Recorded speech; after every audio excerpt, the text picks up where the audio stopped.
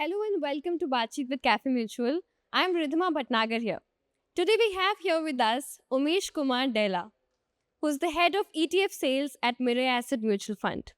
Hello, sir. Sir, I want to start by asking that ETFs don't offer any commissions. So why do you think mutual fund distributors should think of selling it? See, it's always about retention of a customer. Also about the acquiring new customers, because we have seen that lately, whatever number of PAN card we have in India, whatever number of investors we have in India, the number of investors are adding more and more, and the new age investors who are entering right now, they are more evolved in terms of information. They have more access to the traditional investors used to have, and those investors are understanding that they want to go for more innovative products. They want to go for something which is more cost effective, more than cost effective, which is more at ease. So the ETF scores higher there, because when it comes to ease, they can buy and sell on just a click of a button, because during the market hours they can utilize the market volatility also, and they can buy and sell.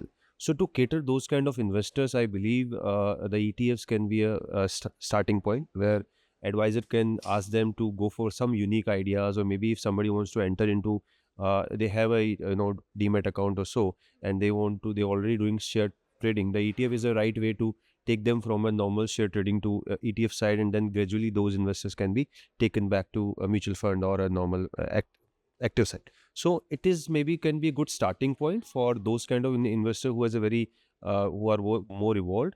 And since it's related to demat and on the ease, I think slowly gradually this is going to be a new era for investors. So I think this is a right time for advisors also to look at these kind of ideas. Maybe the revenues are not there, but more than revenues is more about how to retain a customer, how to give him an advice, how to make him feel that he is buying something which is having value for him. So from that perspective, I believe this is a good starting point for them. So a lot of people don't know much about mutual funds, forget passives. So how do you think the MFDs can educate their clients about passives?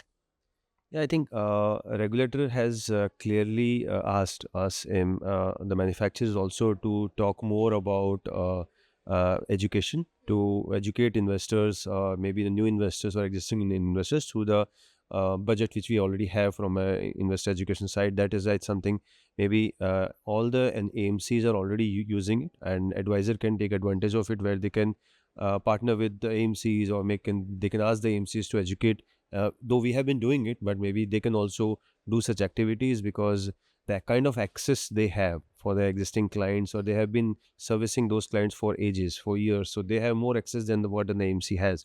So there, maybe I can ask them, and my request to them will be, let's dig deeper, let's talk about those investors more, who can maybe from a so there are two kind of investor. One investor who is a mutual fund investor, who is there, not necessarily he is a share market investor also. There may be some overlap, but not all of it.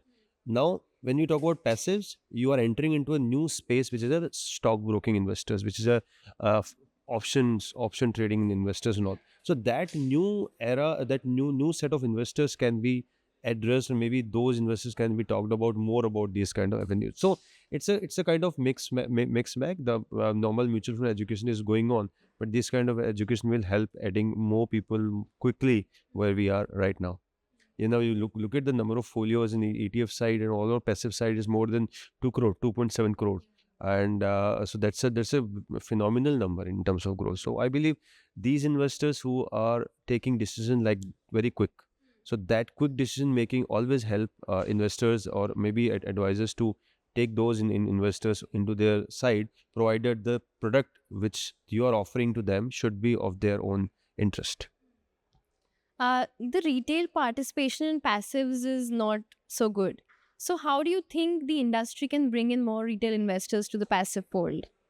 I mean, as I said, if you look at overall passive side number of folios, it has been growing significantly. It's more than 2.7 crore, I think, right now, if I'm not wrong. So more than 2 crore is for sure there.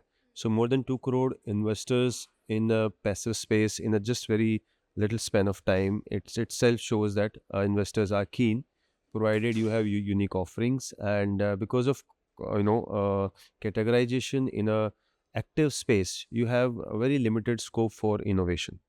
But on passive side, you have a lot of scope because the passives, provided you have an index which can be replicated, the passive product can be launched on any index, on any theme. And as a result, in an industry, we have many unique global funds. We have many unique smart beta products. We have many unique within plain vanilla. We have many unique themes also. So the innovation is at a different level, I must say. And again, having said that, I would say it is just a start, because from here to go to the next level will always take time. And we believe that from an investor perspective, to engage them more and to increase more allocation from an investor perspective, I think we as an investor, as an AMC or an advisors also, we have to talk more about it. And such events which Cafe Mutual has done and they are doing every year are, I must say, a very good initiative, which helps in terms of us also gives platform to talk about what we are doing. And advisor also can get an idea that what is happening in external world, because what happens, an advisor is keep on doing his own routine work day to day. These kind of events always tells them that what is happening outside, what they have been doing. And that helps in terms of adapting quickly to the change, because you have to keep on changing with how the external environment is changing. So I believe next year, if we speak in this time, you will see number of investor will be at a very higher pace. Yeah.